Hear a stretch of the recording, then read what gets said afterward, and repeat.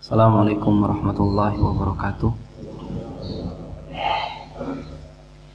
Innal hamdalillah nahmaduhu wa nasta'inuhu wa nastaghfiruh wa na'udzu billahi min shururi anfusina wa sayyiati a'malina. Man yahdihillahu fala mudilla lahu wa man yudlil fala hadiya lahu. Asyhadu an la ilaha illallah wahdahu la syarika lahu wa asyhadu anna Muhammadan abduhu wa rasuluh sallallahu alaihi wa ala alihi wa sahbihi wa sallama taslima mazida amma ba'd. Ya ayyuhalladzina amanu taqullaha haqqa tuqatih wa la tamutunna illa wa antum muslimun. Ya ayyuhan nasu taqu rabbakumul ladzi khalaqakum min nafsin wahidah wa khalaqa minha zawjaha wa batha minhuma rijalan katsiran wa nisaa'a wattaqullaha alladzi tasaaluna bihi wal arham innallaha kana 'alaikum raqiba. Fa inna asdaqal hadithi kitabullah wa khairal hadi hadi Muhammadin sallallahu alaihi wasallam, syarrul umuri muhdatsatuha wa kullu muhdatsatin bid'ah wa kullu bid'atin dhalalah wa kullu dhalalatin finnar. Kaum muslimin jamaah salat subuh yang dimuliakan Allah Subhanahu wa taala, kita memuji Allah Subhanahu wa taala setiap saat atas segala nikmat yang Allah berikan kepada kita. Dan sebesar-besar nikmat yang Allah berikan adalah nikmat Islam, nikmat iman, mana seorang hamba masih di atas fitrahnya. Dan Allah Subhanahu wa taala telah mempersaksikan, meminta kesaksian seluruh makhluk sebelum ke dunia bahwasanya Dia adalah Allah Subhanahu wa taala. Allah katakan, alastu bi rabbikum, bukankah aku adalah Rabb kalian. Rabb maknanya adalah yang menciptakan kalian. Rabb maknanya adalah yang mengurus. Jadi Allah Subhanahu wa taala yang mengurus kehidupan. Rabb artinya adalah yang bertanggung jawab atas rizki seorang hamba. Dan semua makhluk mengiyakan, menyatakan benar. Qalu bala, mereka semua mengatakan demikianlah adanya.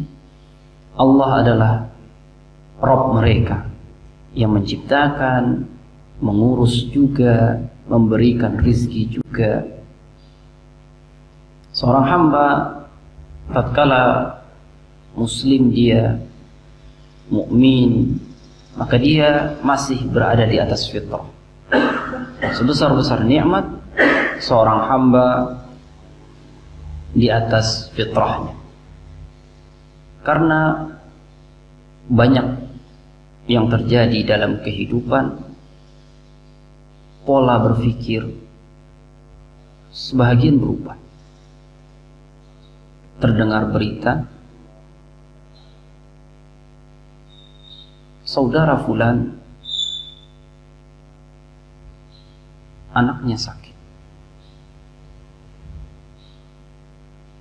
tidak memiliki lubang pencernaan untuk mengeluarkan kotorannya. Suaminya sulit pekerjaannya. Mulai berpikir sebahagian masyarakat, rendah yang seperti ini. Berita yang lain, saudara fulan ditemukan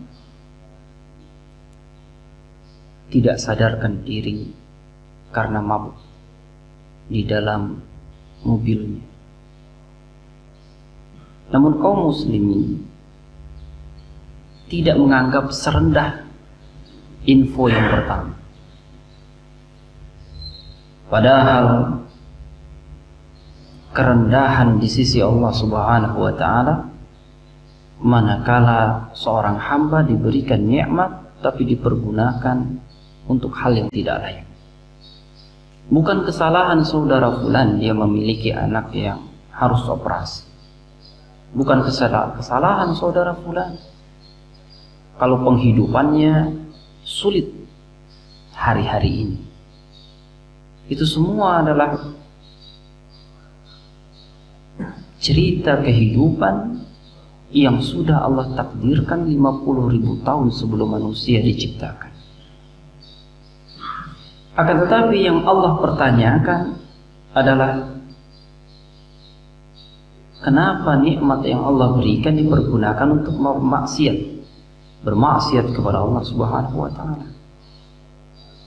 Kita mungkin melihat yang satu takdir, yang kedua adalah takdir. Akan tetapi Allah Subhanahu wa taala tidak mempertanyakan, wahai fulan, kenapa matamu hilang? Kalau memang Allah Subhanahu wa taala menciptakannya tanpa mata satu, Allah tidak akan mempertanyakan yang demikian. Saudara fulan, kenapa engkau terlahir tidak memiliki anus misalnya? Allah Subhanahu wa taala tidak mempertanyakan demikian, karena memang Allah menciptakannya demikian. Tapi yang Allah pertanyakan itu harta didapat dari mana dan kemana dihabiskan. Rasulullah sallallahu alaihi wasallam menggambarkan demikian. La tazula qadama 'abdin yaumal qiyamah hatta yus'al an arba'. An malihi min aina iktasaba wa ila aina anfaqa.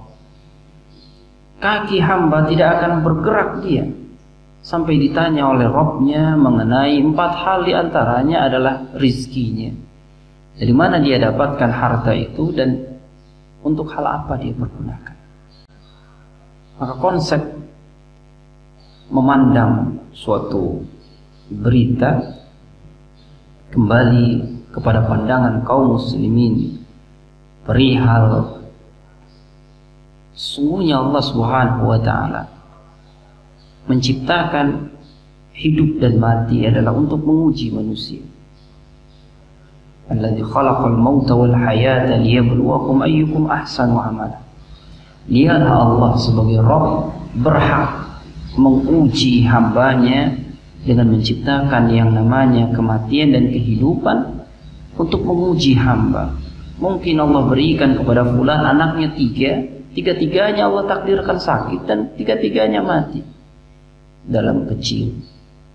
Itu untuk menguji hamba, mana di antara hamba Allah yang baik amalnya.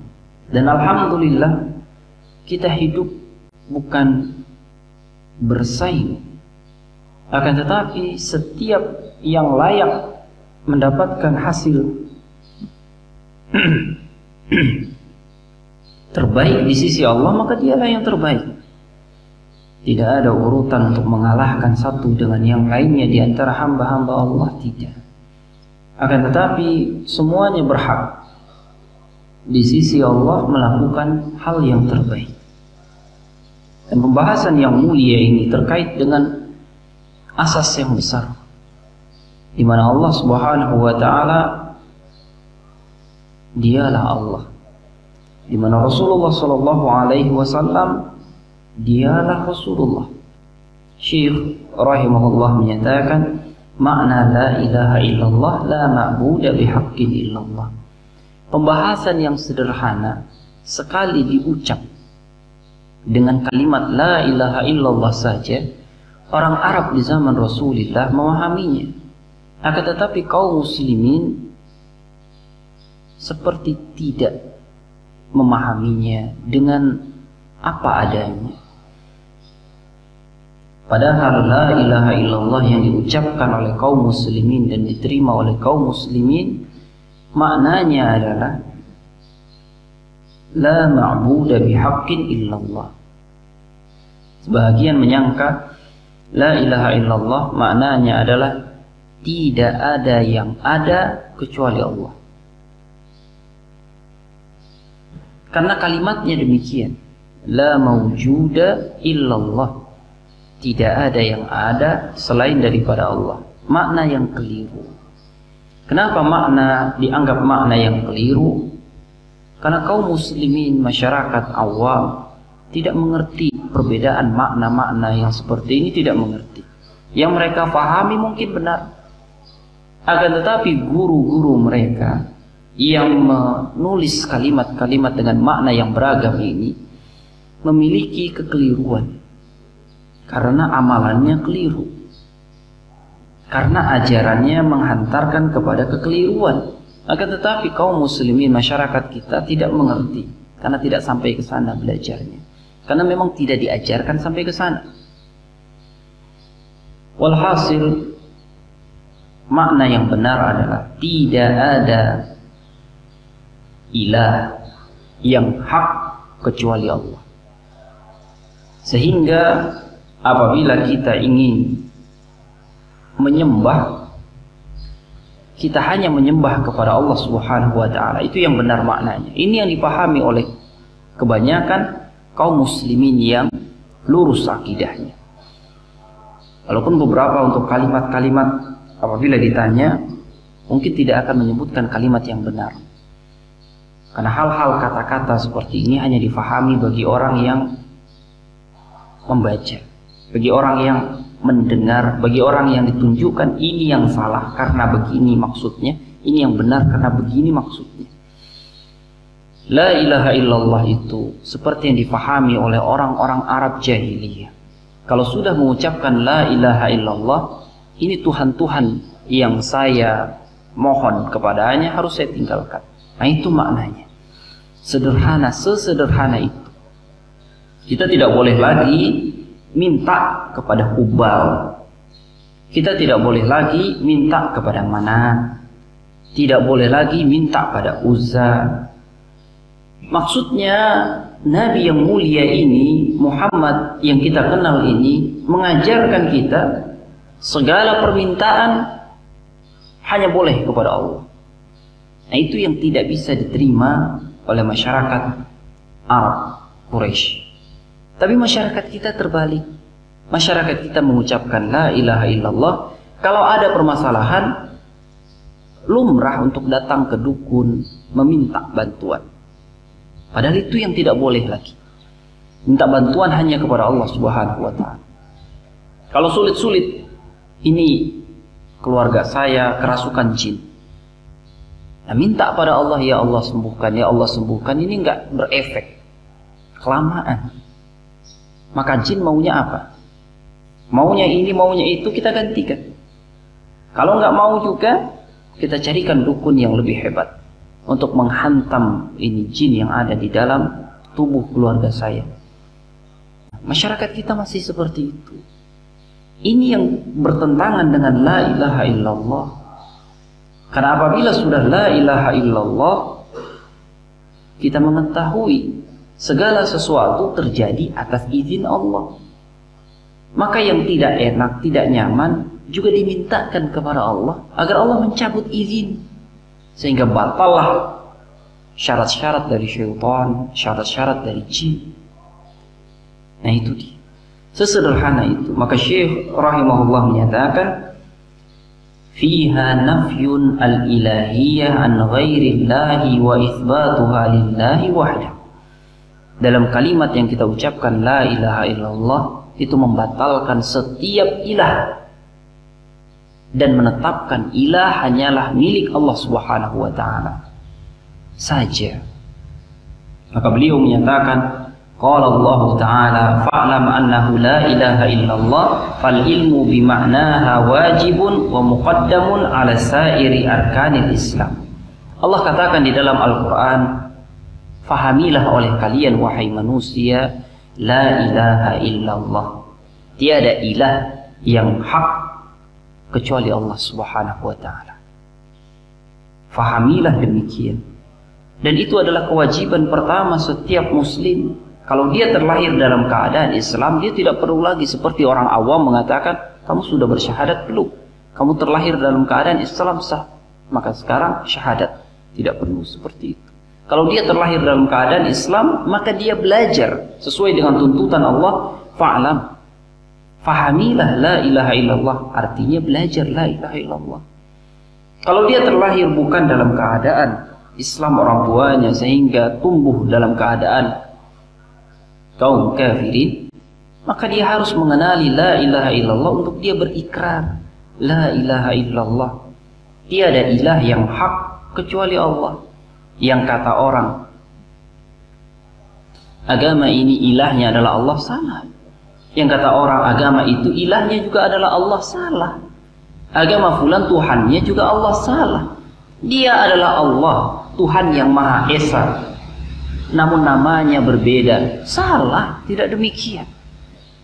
Karena pada kenyataannya agama demikian tidak menerima Allah Subhanahu wa ta'ala.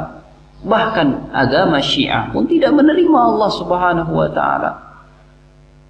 Sehingga statement yang muncul, yang kita sembah bukanlah yang disembah oleh mereka orang-orang Islam, orang-orang Sunni. Bukan. Rob kita berbeda dengan mereka. Kan seperti itu. Maka la ilaha illallah yang harus diketahui oleh seorang muslim, dia adalah Allah yang menciptakan langit dan bumi. Dia adalah Allah yang menciptakan diri kita yang ada di atas arsy. Sehingga sebahagian orang-orang kaum muslimin yang jahil mengatakan Rabb kita bukan yang ada di atas arsy seperti yang disembah oleh ahlus sunnah. Demikian jahil. Padahal Allah Subhanahu wa ta'ala adalah yang menciptakan langit dan bumi yang berada di atas arsy. Kemudian Syekh menyatakan, man qala la ilaha illallah mukhlishan dakhala al-jannah. Siapa yang mengucapkan la ilaha illallah dengan ikhlas, maka dia masuk ke dalam surga Allah Subhanahu wa ta'ala. Ini adalah kabar gembira bagi setiap kaum muslimin. Siapapun kaum muslimin, terlahir dia Islam, dia salat. Kalau datang kewajiban zakat, dia menunaikan zakat. Datang saum Ramadan, dia saum Ramadan. Dan dia tinggal di pedalaman, dan dia hanya tahu Rabb adalah Allah. Dia satu. Walaupun cara sholatnya belum lagi sempurna seperti cara sholat Rasulullah, karena dia tinggal di pedalaman. Walaupun cara puasanya mungkin belum lagi sempurna seperti puasa Rasulullah dengan melakukan sunnahnya, melakukan tata caranya, akan tetapi dia telah menahan dirinya dari terbit fajar sampai terbenamnya matahari. Maka kata para ulama, seperti yang dikatakan oleh Syekhul Islam Ibn Taimiyah, la ilaha illallah bisa menyelamatkannya. La ilaha illallah bisa menyelamatkannya. Usama, dia pernah membunuh orang di dalam peperangan. Sebelum dihunuskan oleh Usama, dia mengucapkan la ilaha illallah. Dia mengucapkan la ilaha illallah. Usama berperang bersama seorang Ansar. Nah, orang Ansar ini berhenti dia. Tatkala mendengar di bibirnya mengucapkan la ilaha illallah, keragu, dan dia tidak jadi menghantam orang yang mengucapkan la ilaha illallah. Tapi Usama tidak. Dia tetap hantamkan panahnya pada orang ini sampai mati. Sampai berita ini kepada Rasulullah sallallahu alaihi wasallam. Maka Nabi bertanya, aqataltahu ba'da ma qala la ilaha illallah? Apakah kamu bunuh dia setelah dia mengucapkan la ilaha illallah? Mada taqulu idza jaa la ilaha illallah yaumal qiyamah? Apa yang akan kamu katakan kepada Allah apabila la ilaha illallah datang pada hari kiamat? Maka terus diulang-ulang oleh Rasulullah sallallahu alaihi wasallam, sehingga Usama dalam riwayat menyatakan, seandainya saya belum lagi masuk Islam dan baru masuk Islam hari ini, semoga Allah mengampuni kesalahan saya. Dan Usama meminta kepada Nabi agar Nabi memintakan ampun kepada Allah atas kesalahannya yang telah tetap membunuh orang yang mengucapkan la ilaha illallah. Karena perkiraan Usama, dia membunuh orang yang mengucapkan la ilaha illallah, dia ucapkan la ilaha illallah hanya sebatas melindungi dirinya. Akan tetapi tidak. Rasulullah tetap menyatakan, aqataltahu ba'da ma qala la ilaha illallah. kamu tetap bunuh dia setelah dia mengucapkan la ilaha illallah. Nah, ini menjadi dalil bagi Syekhul Islam Ibnu Taimiyah bahwasanya orang yang mengucapkan la ilaha illallah sedikit ataupun banyak, maka la ilaha illallah bermanfaat bagi dia di hadapan Allah Subhanahu wa taala. Maka Syekh menyatakan man qala la ilaha illallah mukhlishan dakhala al-jannah. Hadis sahih diriwayatkan oleh Imam Ahmad dan disahihkan oleh Syekh Al-Albani. Siapa yang mengucapkan la ilaha illallah ikhlas dia di hatinya, walaupun sebahagian amalan yang dia lakukan tidak sempurna seperti amalan Rasulullah SAW, maka boleh jadi Allah Subhanahu wa taala memasukkannya ke dalam surga Allah Subhanahu wa taala seperti yang Nabi katakan, man qala la ilaha illallah dakhala al-jannah mukhlishan dakhala al-jannah. Siapapun yang mengucapkan la ilaha illallah ikhlas dia, dan Allah lebih mengetahui hambanya, dia mengucapkannya ikhlas atau tidak, maka dia akan masuk surga Allah Subhanahu wa taala. Maka Syekh menekankan yang disebut mengucapkan la ilaha illallah dengan ikhlas adalah dia mengucapkannya, dia faham. Kalau sudah mengucapkan la ilaha illallah tidak mungkin dia berdoa kepada selain Allah.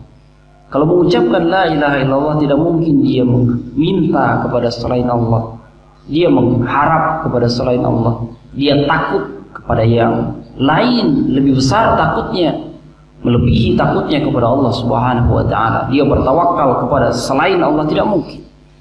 Kalau Allah sudah mengucap dia ikhlas kepada Allah, pasti ini orang tawakalnya kepada Allah. Dalam hidup yang paling besar tujuannya adalah kepada Allah Subhanahu wa taala. Dan seperti itu yang sampai kaum muslimin yang sudah berupaya meniti sunnah Rasulullah SAW, akan tetapi tawakalnya kecil kepada Allah, akan tetapi tujuannya kecil kepada Allah, akan tetapi rasa takutnya lebih besar kepada selain Allah, akan tetapi rasa cintanya kecil kepada Allah Subhanahu wa taala.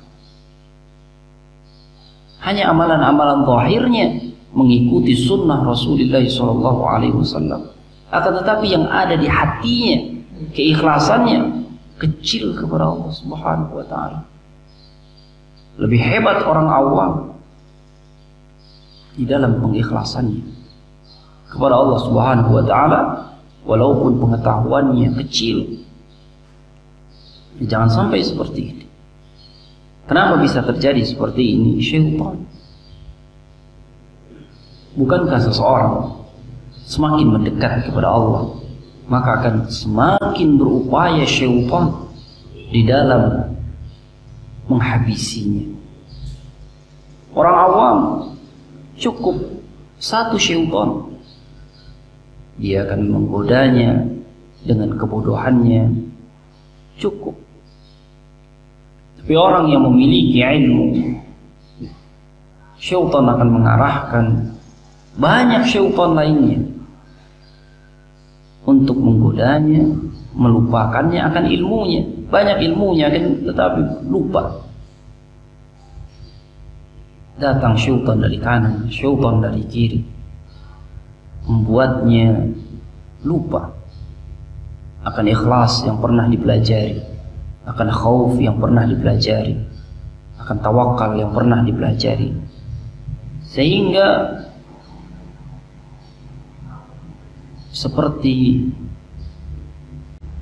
banyak ahli sudah belajar dia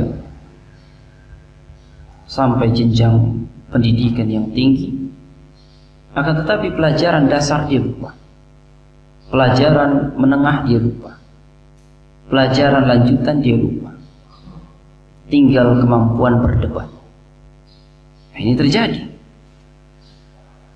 Bukankah disebutkan oleh para ulama, ini ada ulama penulis kitab tauhid bagus di dalam perdebatannya, akan tetapi dia mengakhiri hidupnya ilhad, dia mengakhiri hidupnya di dalam pengingkaran kepada Allah Subhanahu wa taala. Bahkan ada orang yang mengajak orang kepada Allah kemudian murtad dia.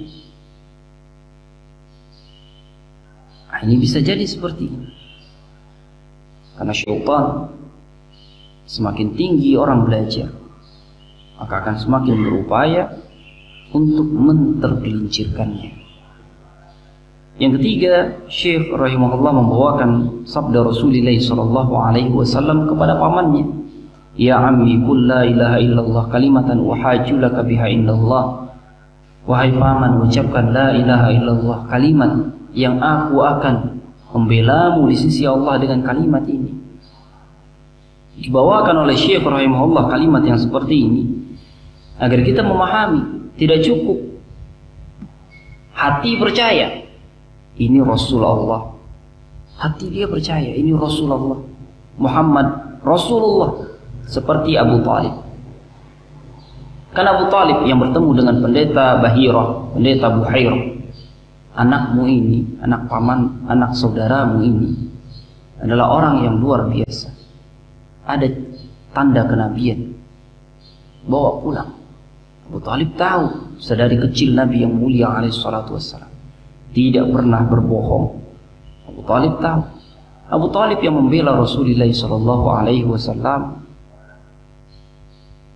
Abu Talib yang mempersaksikan bahwasanya keponakannya ini adalah orang besar dan apa yang dikatakannya adalah kebenaran.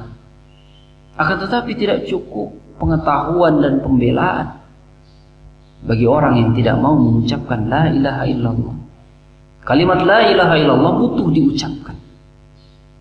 Maka tidak bisa kita katakan fulan adalah orang yang berjasa bagi negara. Semoga Allah Subhanahu wa taala menempatkannya di dalam surga Allah. Akan tetapi dia tidak pernah mengucapkan la ilaha illallah. Tidak mungkin seperti ini.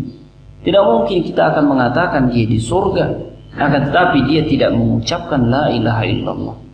Tidak mungkin kita mengajarkan kepada anak-anak kita dia di surga, akan tetapi dia tidak mengucapkan la ilaha illallah. Tidak mungkin. Tidak mungkin keyakinan kaum muslimin, agama yang manapun terserah, yang penting beriman kepada Tuhan yang Maha Esa. Tidak mungkin. Tidak mungkin kita akan membenarkan. Tidak mungkin. Maka Syekh menyatakan makna la ilaha illallah adalah harus diucapkan. Orang yang memahami la ilaha illallah, dia harus mau mengucapkan la ilaha illallah. Seperti mati-matian Rasulullah membela, meminta kepada pamannya, ya ammi qul la ilaha illallah. Paman, ucapkan la ilaha illallah. Kalau berfungsi iman kepada Tuhan yang Maha Esa, berfungsi segala amal kebaikan tanpa perlu mengucapkan syahadat la ilaha illallah, tidak mungkin Nabi akan terus meminta dari pamannya hal seperti ini. Tidak mungkin. Maka dari itu tidak bisa kaum muslimin menyatakan semua ajaran agama adalah benar. Semua ajaran agama ada yang mengajarkan kebaikan, benar. Akan tetapi semuanya benar tidak. Karena akan bertentangan la ilaha illallah dengan ajaran-ajaran penyembahan kepada selain Allah Subhanahu wa taala.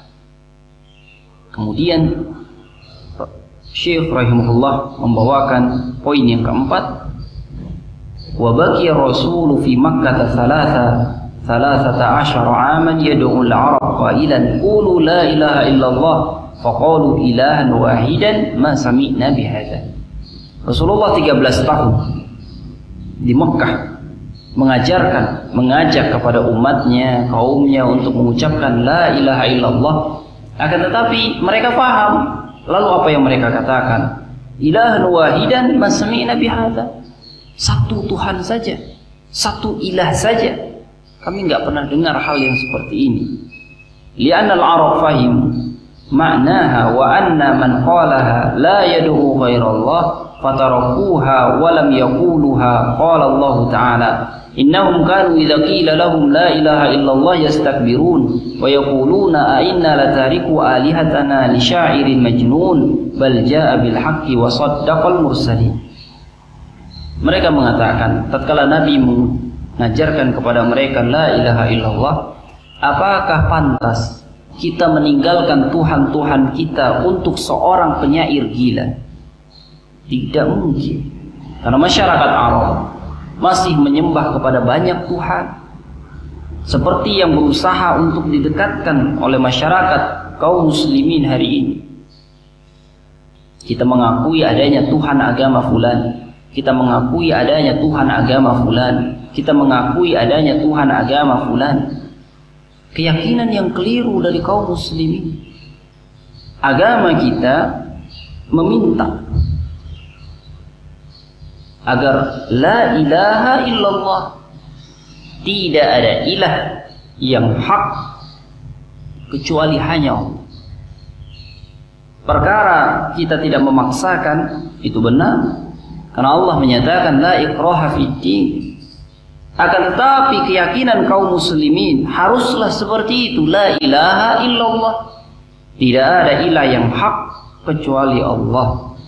Artinya dengan tidak memaksakan kepada orang lain, akan tetapi keyakinan haruslah yang hak hanya Allah Subhanahu wa ta'ala. Yang lain yang mereka ibadahi batil, yang mereka ibadahi salah, yang mereka ibadahi tidak benar, yang mereka ibadahi keliru. Yang hak hanyalah Allah.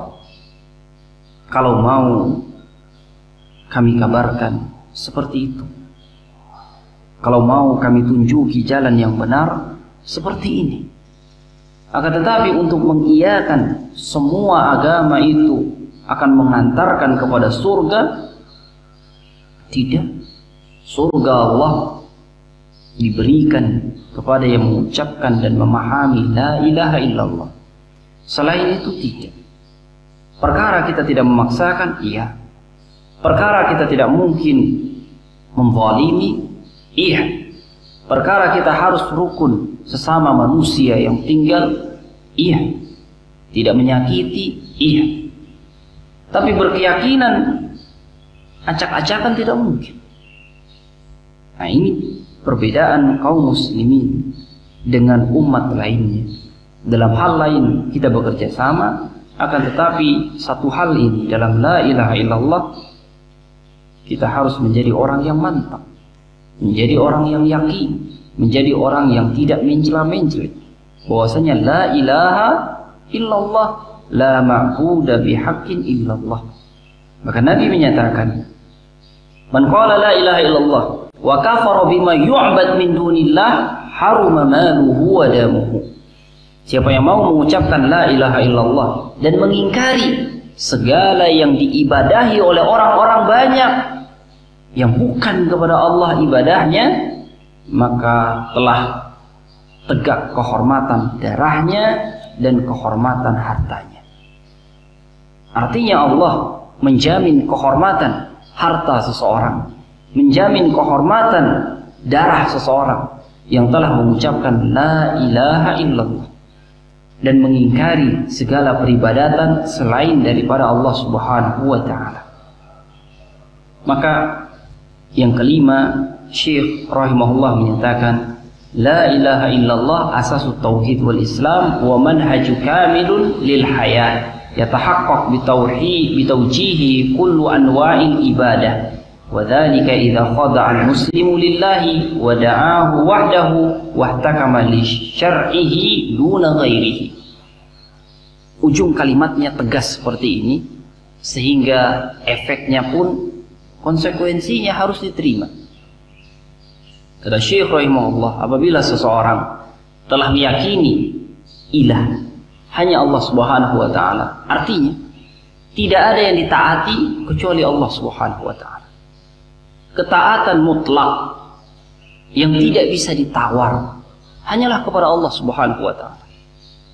Boleh jadi kita sepakat di dalam berbangsa dan bernegara, bertanah air, berbangsa-bangsa, sepakat. Akan tetapi kesepakatan itu tidak boleh melanggar kesepakatan kita kepada Allah Subhanahu wa ta'ala. Ketaatan mutlak hanyalah kepada Allah Subhanahu wa taala. Yang lain masih bisa ditawar. Yang lain masih bisa dirubah. Yang lain masih bisa dikoreksi. Hal yang seperti itu yang diminta oleh Allah Subhanahu wa taala. Silahkan bersepakat. Silahkan membuat perundang-undangan selagi tidak akan merusak ketaatan kepada Allah Subhanahu wa taala. Hukum yang diyakini oleh kaum muslimin adalah hukum Allah Subhanahu wa taala, dialah yang tertinggi. Adalah hukum Allah Subhanahu wa taala, dialah yang tidak bisa ditawar lagi.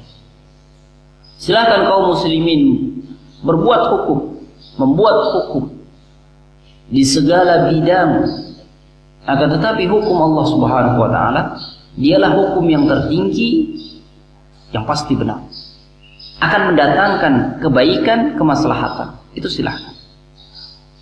Yang seperti itu yang diminta oleh Allah Subhanahu wa taala. Maka setiap kaum muslimin tidak boleh berkeyakinan, tidak layak berkeyakinan hukum Allah belum tentu baik untuk semua orang yang ada.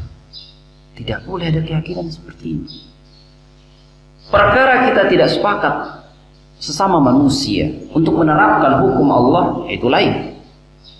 Tidak mungkin sepakat. Tidak mungkin sepakat orang yang tidak beriman pada Allah.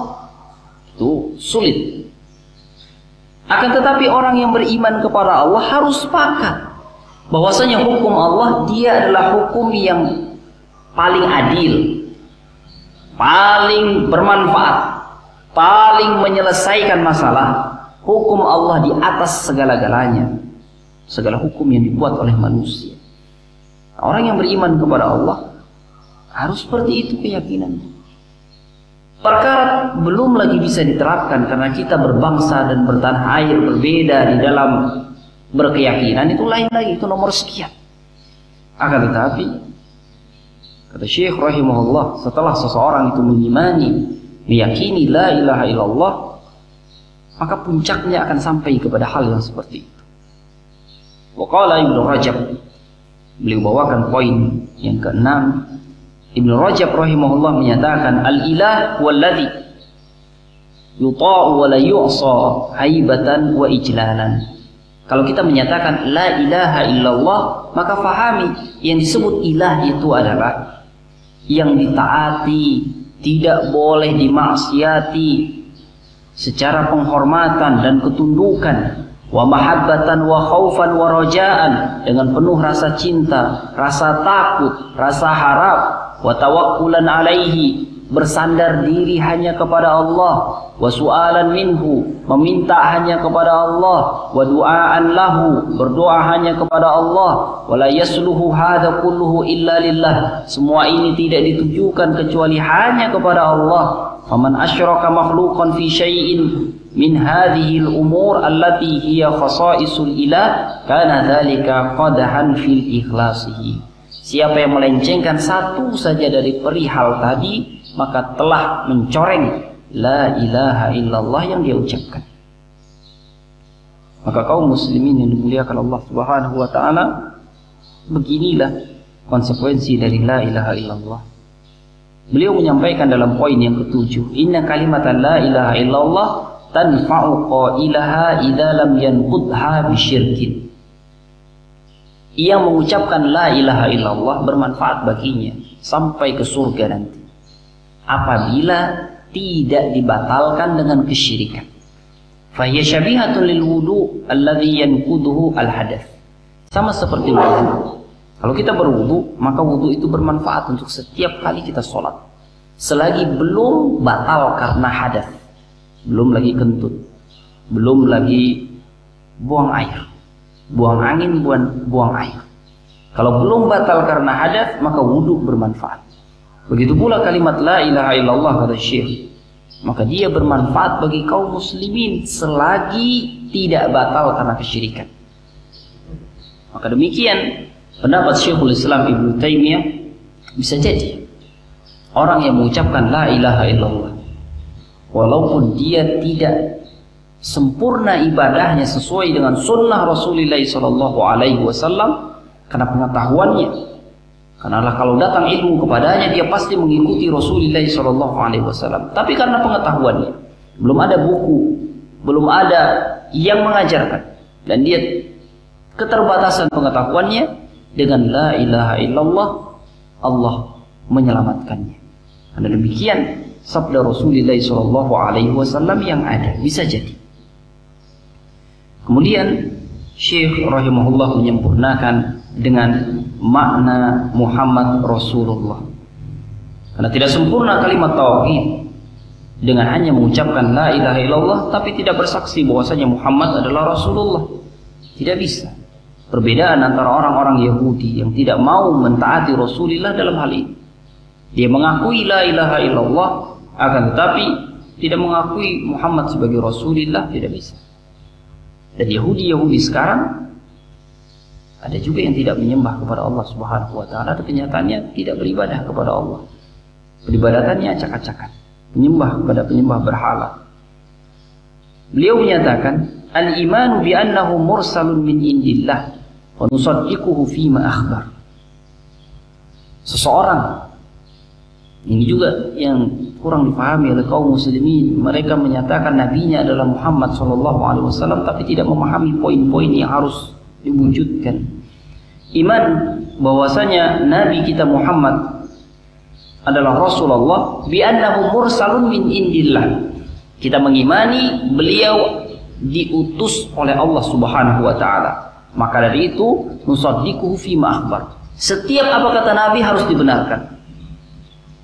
Sebagian orang yang mengaku Islam meragukan ucapan Rasulullah SAW. Tidak bisa. Setiap yang dikatakan oleh nabi harus dibenarkan. Kalau ini sah sabda Rasulullah, pasti benar. Belum lagi kita teliti, itu pasti benar. Baru diadakan penelitian. Penelitian pertama adalah benar nggak ini sabda Rasulullah. Ketika itu benar sabda Rasulullah, maka harus dibenarkan. Baru kita teliti. Kalau tidak sama, penelitian kita yang keliru. Selagi benar itu dari Rasulullah SAW, pasti benar. Karena Imam Bukhari meriwayatkan sebuah kejadian. Datang seorang saudara mengeluhkan saudaranya sakit di perutnya. Maka Nabi menyatakan, iski ya salat, beri dia minum madu. Lalu diberikan minum madu. Kemudian datang lagi kepada Rasulullah, ya Rasulullah, perutnya masih sakit. Maka Nabi menyatakan, iski ya salat, berikan dia madu. Maka pulang dan diberikan madu. Dan perutnya masih sakit. Datang lagi kepada Rasulullah SAW, ya Rasulullah, sakit perutnya. Maka Nabi menyatakan, kadzaba batnu akhi iskihi asana. Itu perut saudaramu berdusta. Silahkan beri dia madu. Maka diberi lagi madu sehingga sembuh sakit yang ada di perut. Nah, ini menunjukkan apa yang dikatakan oleh Rasulullah SAW pasti benar. Dan ketidakbenaran itu ada pada perut saudaranya. Akan tetapi pada hari ini, di dalam mempraktekannya bisa jadi kita salah. Karena Rasulullah SAW pasti benar. Akan tetapi kita yang salah di dalam mempraktekannya. Bisa jadi yang kita berikan bukan madu, madu-maduan. Atau kita salah di dalam memberikan takarannya. Maka seorang muslim yang perlu kita benahi adalah keyakinan, bukan di dalam prakteknya. Praktek bisa jadi kita salah. Apa yang dikatakan Nabi itu pasti benar. Akan tetapi bisa jadi kaum muslimin di dalam mempraktekannya salah. Ada kekeliruan di perutnya, kekeliruan di dalam pemberian apa yang Nabi perintahkan, kekeliruan di dalam caranya, kekeliruan dalam ini dan itu. Akan tetapi yang perlu diyakini oleh kaum muslimin, kalau kita beriman kepada Nabi Muhammad SAW, nusaddiquhu fima akhbar. Apa yang dikatakan oleh Nabi pasti benar. Yang keliru prakteknya. Kemudian wa nuti'uhu fima amar, dan kita mentaati beliau apa yang beliau perintahkan. Apa yang beliau perintahkan ditaati. Apa yang beliau perintahkan ditaati. Ini iman. Kalau kita sudah menyatakan nu'minu bi Rasulillah wa asyhadu anna Muhammadan Rasulullah, maka apapun yang Nabi perintahkan, kita ketahui sah hadisnya Nabi perintahkan begini, ditaati. Maka begitu pengamalan sahabat Rasulullah. Barirah, Nabi katakan kasihan melihat suaminya yang terus mengikuti Barirah ke sana kemari, ke sana kemari. Lalu Nabi katakan, seandainya kamu mau menerimanya. Maka Barirah, perempuan ini menyatakan, ya Rasulullah, ini perintah atau sekedar saran? Nabi menyatakan, ini saran. Nah, Barirah katakan, saya nggak mau kembali kepadanya. Saran. Tapi kalau seandainya Nabi katakan ini perintah, maka pasti Barirah akan menerimanya. Begitu pula Zainab dengan Zaid. Tatkala di awal Nabi memerintahkan, walaupun Zainab tidak menginginkan, maka Zainab mentaati untuk menikah dengan Zaid, walaupun Zainab tidak menginginkan. Tapi selanjutnya pun akhirnya mereka berpisah, karena begitulah takdir Allah Subhanahu wa taala. Karena Zainab akan menjadi istri Rasulullah sallallahu alaihi wasallam. Akan tetapi kenapa Allah harus menikahkan pertama kali dengan Zaid? Begitulah Allah Subhanahu wa taala punya takdir. Kata Allah di dalam Al-Qur'an, agar orang tidak menyangka yang mereka akui sebagai anak itu adalah anak mereka. Karena masyarakat jahiliyah masih menganggap Zaid adalah putra Rasulullah, padahal Zaid bukan putra Rasulullah sallallahu alaihi wasallam. Dan istri Zaid sebagai orang yang dianggap sebagai anak Nabi, dianggap tidak boleh dinikahi oleh Rasulullah. Dan agar batal anggapan itu, maka Rasulullah Allah nikahkan dengan Zaid. Itu perintah Allah Subhanahu wa taala. Dan begitu ketundukan sahabat Rasulullah sallallahu alaihi wasallam. Kalau itu perintah Nabi, mereka amalkan walaupun mereka tidak suka. Kalau itu perintah Nabi, mereka kerjakan walaupun mereka tidak suka. Begitu pula kaum muslimin pada hari ini. Wa nuti'uhu fima amar. Apapun perintah Nabi, maka dikerjakan. Itu makna seseorang meyakini Muhammad Rasulullah. Segala perintah Nabi dikerjakan. Wa natruka ma naha anhu wa zajar. Kita meninggalkan apa yang dilarang oleh Nabi. Apa yang dilarang oleh Nabi kita tinggalkan. Tidak boleh dikerjakan. Perkara kita masih mengerjakan yang dilarang oleh Nabi, itu urusan masing-masing. Akan tetapi keyakinan segala yang dilarang oleh Nabi harus ditinggalkan. Nabi melarang seperti ini, tinggalkan. Nabi melarang seperti ini, tinggalkan. Perkara masih ada hal yang kita langgar, itu urusan kita. Pertobatan kepada Allah Subhanahu wa taala. Akan tetapi secara iman, apa yang dilarang oleh Nabi harus ditinggalkan. Jangan menyuruh orang lain meninggalkan sesuatu tapi kamu masih mengerjakannya. Urusan lain.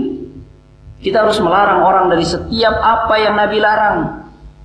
Perkara kita masih berbohong, urusan lain. Nabi melarang bohong, kita harus larang orang berbuat bohong. Larang anak-anak berbohong. Berbohong tidak boleh. Perkara kita masih sulit lepas dari berbohong, urusan sendiri.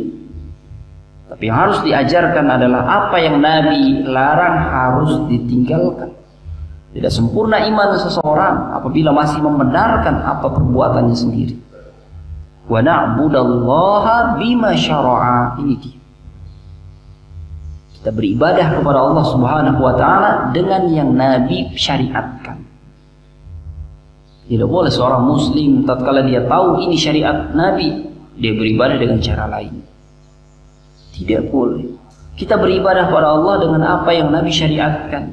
Maka apabila seorang muslim ingin beribadah, dia harus cari tahu apa yang Nabi syariatkan dalam ibadah seperti ini. Kalau dia lihat ini perbedaan kaum muslimin, dia harus cari tahu mana yang lebih tepat, mana yang lebih dekat kebenaran dengan dalil seperti Nabi. Tidak boleh dia melihat kebanyakan orang Tidak boleh dilihat apa kata orang, akan tetapi harus dia lihat mana dalilnya. Maka Syekh menyatakan, yaqulu Syekh Abdul Hasan An-Nadawi fi kitabih An-Nubuwah ma nassuhu al-anbiya alaihimus salatu wassalam kana awwalu da'watihim wa akbaru hadafihim fi kulli zaman fi kulli bi'ah wa tashih al-aqidah. Beliau menukilkan seorang pendapat perkataan seorang ulama, seluruh para nabi dan rasul di dalam dakwahnya pertama kali adalah mengajak masyarakatnya untuk membenahi akidah.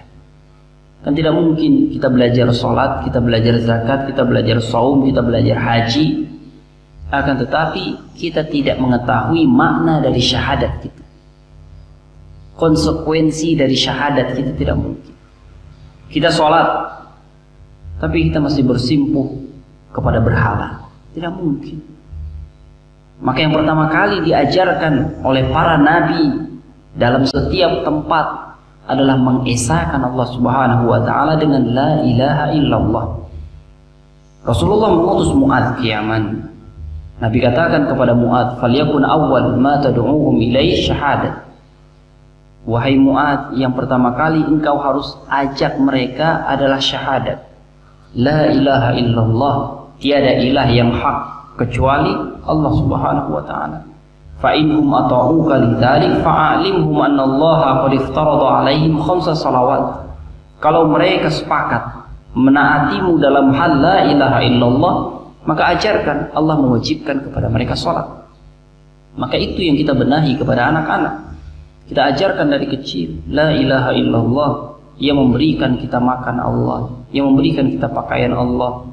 Jangan nangis-nangis, minta dulu pada Allah. Dia berdoa dulu, diajarkan berdoa kepada Allah. Itu matahari ciptaan Allah, itu bulan ciptaan Allah, itu langit ciptaan Allah, yang memberikan penghidupan Allah Subhanahu wa taala. Diiringi diajarkan sholat, bacaan sholat, diajarkan saum. Jangan sampai seseorang diajarkan sholat, diajarkan saum, tapi terlambat dia mengetahui bahwasanya yang memberikan dia rizki Allah, yang memberikan dia ini Allah, yang memberikan dia kehidupan Allah, yang memberikan dia mata Allah, sehingga Allah yang harus ditaati, Allah yang harus dicintai, Allah yang harus ditakuti. Dia tahu Allah melihat, maha mendengar, sehingga dia tidak berbuat aneh-aneh, karena Allah pasti tahu, karena Allah pasti dengar. Dia berbohong, Allah tahu. Kemudian Syekh menyatakan, wa hadza Rasulullah yaqulu lahu rabbuh qul la amliku li nafsi naf'an wala darran illa ma syaa Allah walau kuntu a'lamul ghaiba lastakthartu minal khair wa ma massani as-su in ana illa nadhirun wa basyirun liqaumin yu'minun. Dalam la ilaha illallah Muhammad Rasulullah harus dipahami oleh kaum muslimin apa yang Allah katakan untuk nabinya. Aku tidak memiliki untuk diriku sendiri manfaat ataupun mudarat. Dia Nabi Allah, tapi untuk diri beliau sendiri tidak memiliki manfaat dan tidak bisa menolak mudarat. Nabi tidak bisa memberikan manfaat untuk dirinya sendiri. Nabi tidak bisa menolak mudarat untuk dirinya sendiri. Kalau aku tahu yang gaib, kata Nabi, pasti aku akan banyak mendapatkan kebaikan dan aku tidak akan tertimpa keburukan. Tahu akan luka, maka tidak akan datang ke tempat itu. Tahu Nabi akan berdarah, tidak akan datang ke posisi itu. Tidak. Maka tidak boleh kaum muslimin berkeyakinan memuji-muji Nabi kita Muhammad yang sangat penyayang, mengetahui yang gaib, mendatangkan manfaat, dapat memberikan mudarat. Tidak. Nabi kita Muhammad SAW sangat penyayang, tidak mengetahui yang gaib, tidak mengetahui yang gaib, tidak bisa memberikan manfaat kepada dirinya sendiri, tidak bisa memberikan menolak mudarat kepada dirinya sendiri, tidak. Maka terlebih kepada umatnya, tidak bisa memberikan manfaat kepada kita, tidak bisa menolak mudarat untuk kita. tidak bisa mengetahui yang gaib. Nabi telah menyatakan, la tutruni kama atratin nasara ibn Maryam. Jangan kalian puji-puji aku melebihi kapasitas, seperti orang Nasrani memuji Isa bin Maryam. Kaum muslimin banyak yang memuji Nabi melebihi kapasitas beliau. Enggak boleh, walaupun pujian enggak layak. Tidak layak pujian di luar kapasitas. Seperti orang Nasrani berlebihan memuji Isa bin Maryam, akhirnya disembah sekarang. Dijadikan anak Tuhan, disembah. Fa innama ana abdun faqulu abdullahi wa rasuluh. Kata Nabi, aku ini hanyalah hamba. Katakan hamba Allah, Rasul Allah, selesai. Nabi hanya ingin disebutkan Abdullah, Rasulullah. Nabi kita adalah Muhammad, hamba Allah, Rasul Allah. Tidak memberikan manfaat, tidak menolak mudarat, tidak mengetahui yang gaib sama sekali. Tidak bisa mengabulkan doa-doa kita. Tidak bisa.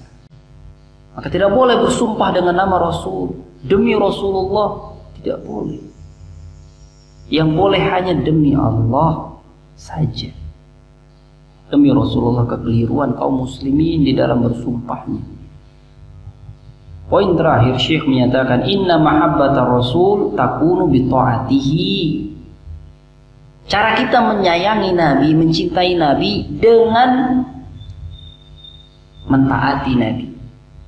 Ini cara sholat Nabi, ini cara puasa Nabi, ini cara zakat Nabi, ini cara ibadah Nabi, ini cara akhlak Nabi. Bukan dengan menyanjung Nabi berlebihan. Tidak. Nabi mengatakan, idza sa'alta fas'alillah wa idza sta'anta fasta'in billah. Kalau kamu minta, minta pada Allah. Kalau kamu minta tolong pada Allah. Apa yang Nabi katakan dalam permohonannya? Ya Hayyu ya Qayyum bi rahmatika astaghits.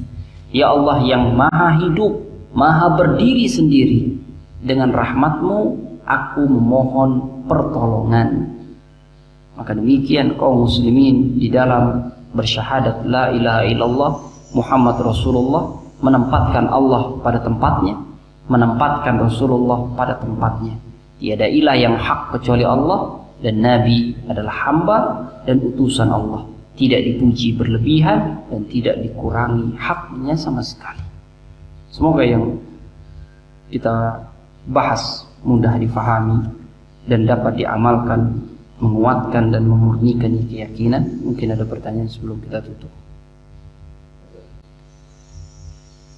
Yang pertama, terkait dengan ketuhanan yang Maha Esa, itu kalimat tergantung siapa yang mengucapkannya, tergantung penafsirannya bagaimana.